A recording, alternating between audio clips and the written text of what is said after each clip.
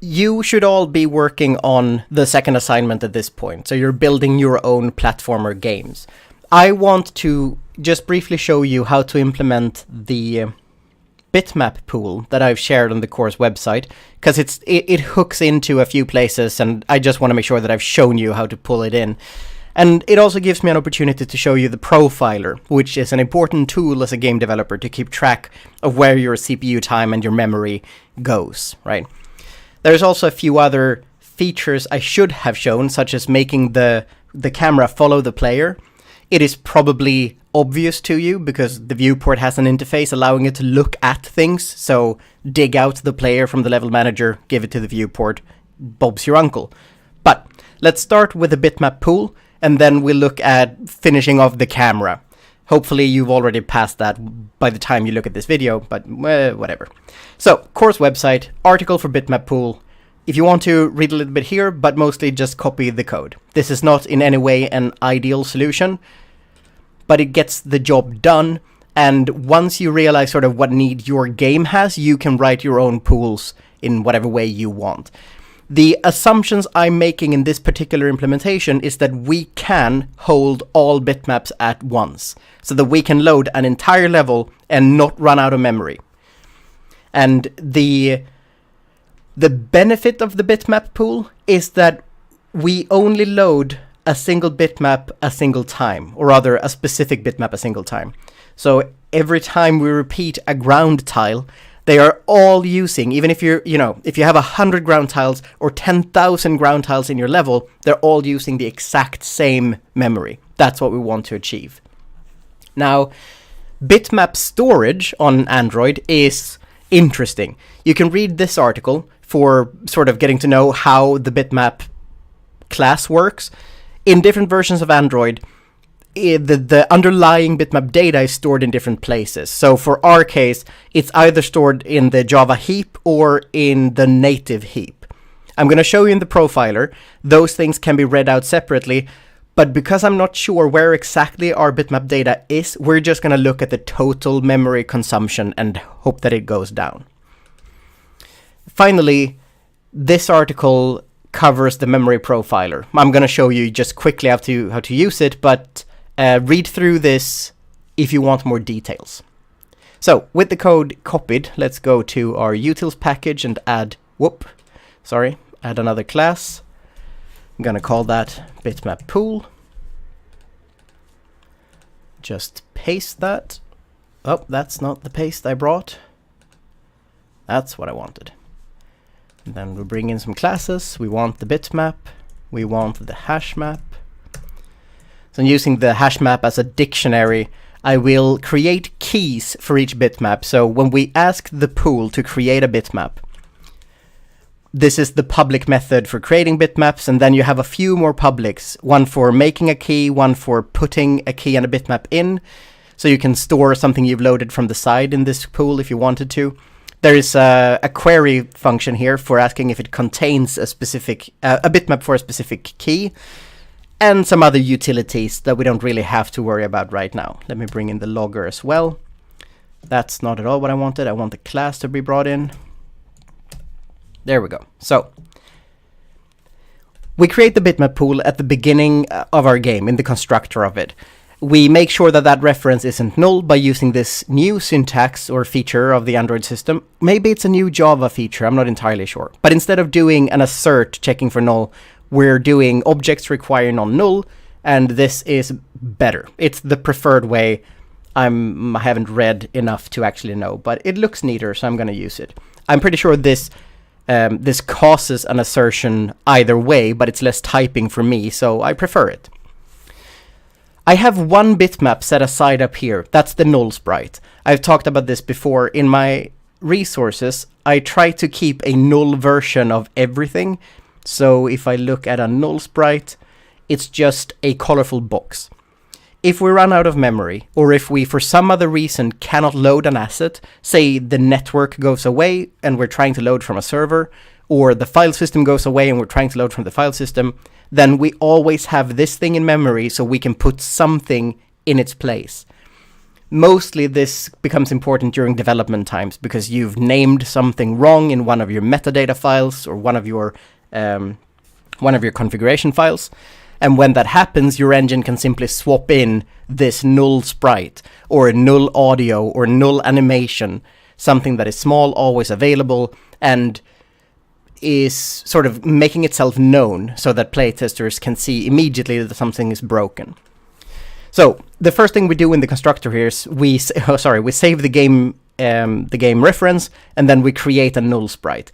If this fails, we are fucked and need to abort. Like if we can't even load the null sprite, then the game should not run. So I crash here if the null sprite comes back null.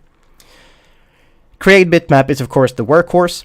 We provide it with the name of the sprite from our resource system and how large we want it to be. And I've made the pool aware of meters.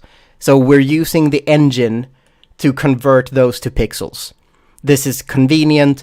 It makes the bitmap pool slightly less reusable, but again, convenience wins out in this case.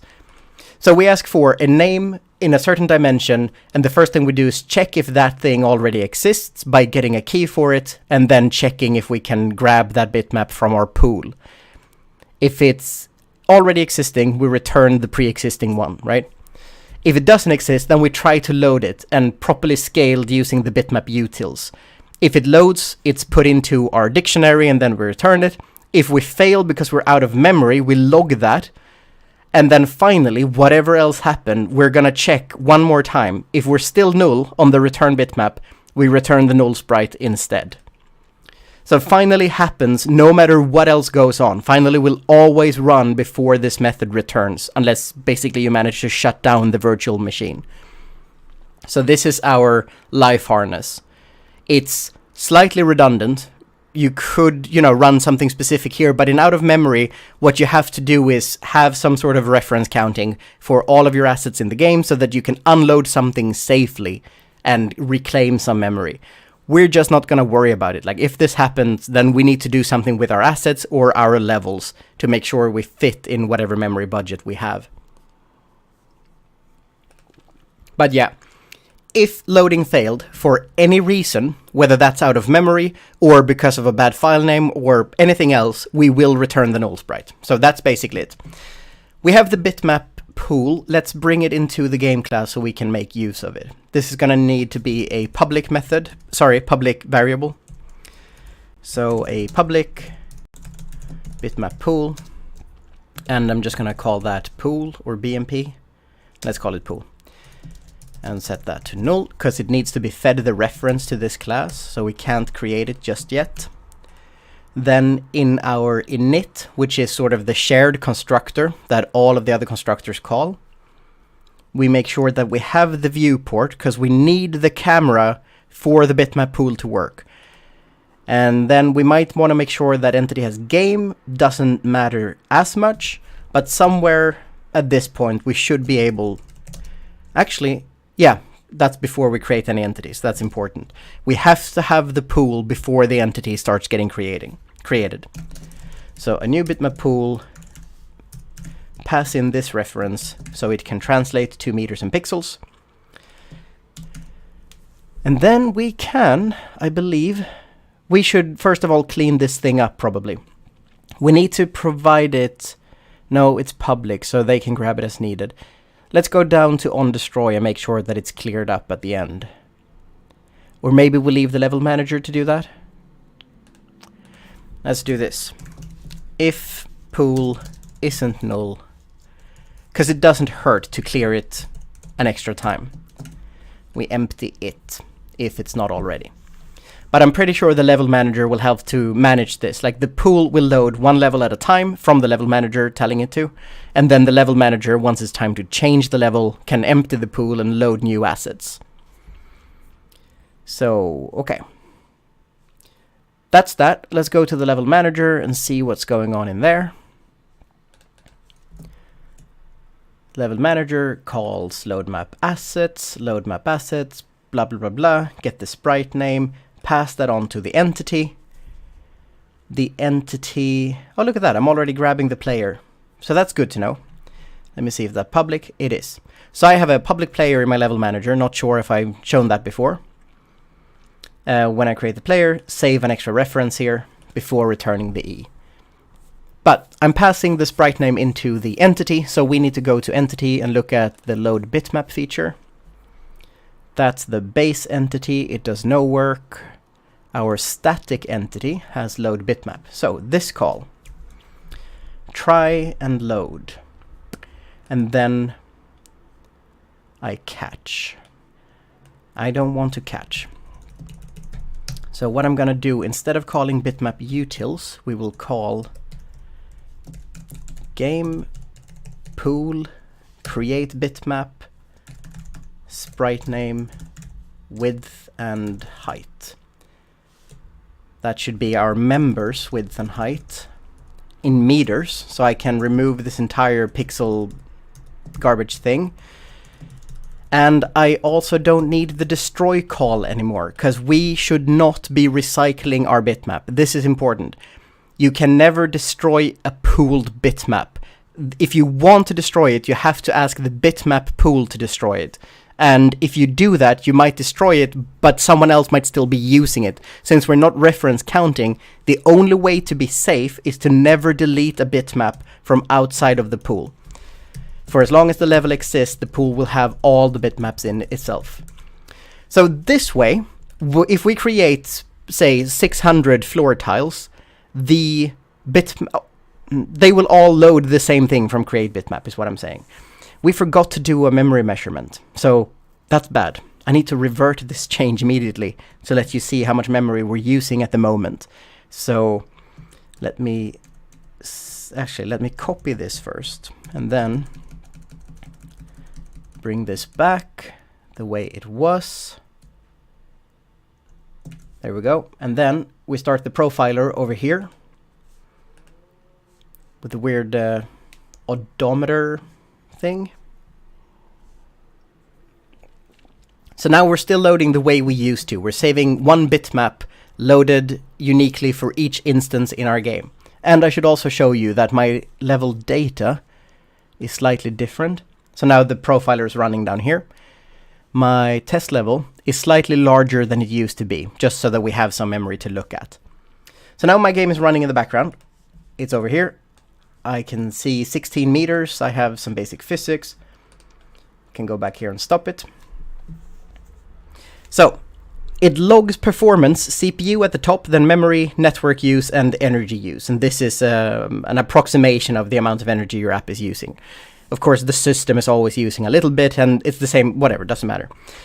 What we want to do is check our memory. So I can click on that to get a more detailed view, and here's our memory use over time. So this is where we start loading bitmaps and scaling them and preparing them for use. There is also a bunch of stuff happening from the operating system side that we can't affect. And as you see, there are different color codes for different memory regions. And you notice that graphics is 0 megabytes because we're not using whatever type of graphics that is. Like the article I showed briefly before said, bitmap data is either stored in the Java heap or the native heap. And I'm just not sure which. So I'm going to go over here somewhere where we have an average, frame by frame, seem fairly consistent. And it says my game is using 36, that's 34. So somewhere between 34 and, that's 34 to 36 megabytes. 34 to 36. And I might want to note what the native and the Java is. So Java is very consistent here. Java seems to be sticking around 4.5. 4.5 for Java. And the native is, let's see, there's a ton of it here. So I suspect the bitmaps goes into native memory, because this would be the loading routine, bringing them all in at full resolution and scaling them down. And then we free that once we're done. And so the native heap goes down to 2015 10. So that's about 11 megabytes, 10.8 native. Right, then let's go back to our entity. our static entity. We bring back our pool. We remove the destroy for now.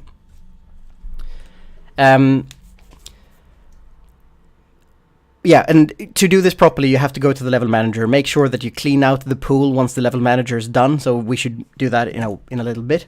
But first, let's see if this runs at all. And then we'll see what the profiler says about memory use.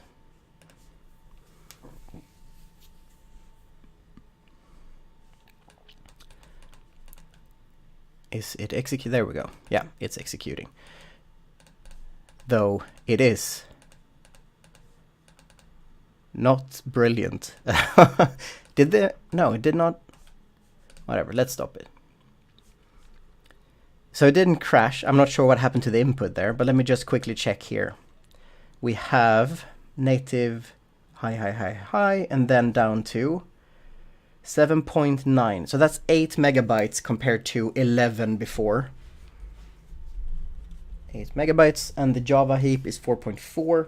So that's hardly touched at all. Okay. You can do the math for figuring out what percentage of win that was, but the memory usage is down to 31 from 36, 31.5. Meaning we saved some memory. Of course, the savings would be larger if we had more assets or a larger level, right? But yeah, less memory is good. Let me finish up this game pool thing by making sure that the level manager takes responsibility. We have entities added, we have the player, and so in destroy we call cleanup, calls destroys on all the entities. And at that point we should probably talk to... Do I have a game reference here? I don't have a game reference here. Okay, I'm gonna leave that as an exercise to the reader to make sure that the game pool is... Wait. No, it's not a static member either. We might want to pass the bitmap pool into the level manager. I'm gonna just add a to-do here. Make sure the pool is emptied.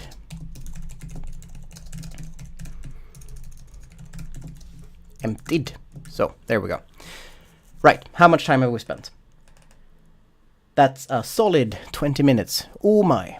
So let me try rerunning this, see if there was anything I missed. We should probably try the null sprite as well. So let me get to the player class. Here we go. It loads at 0.5 meter. Just so that I test that. Here we go.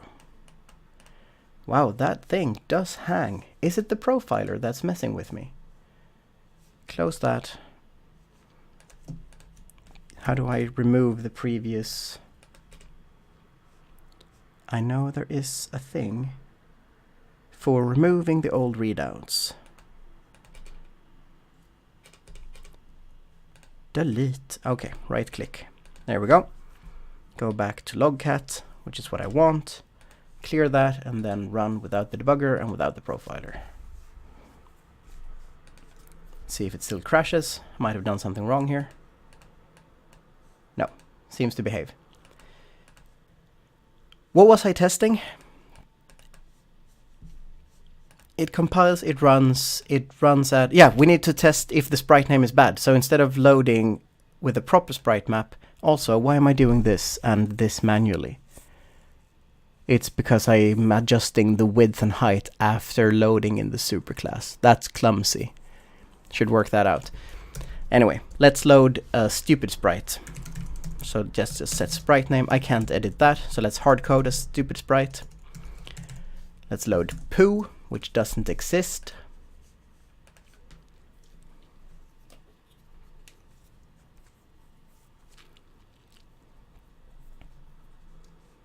And so now instead I have this little box. That's fairly noticeable, so you know immediately if your system has failed to load something. Well, that's it. I believe in the next video, if I make another one, we should look at having the camera follow the player. It's not a big deal, obviously, but let's be complete about this. See you later.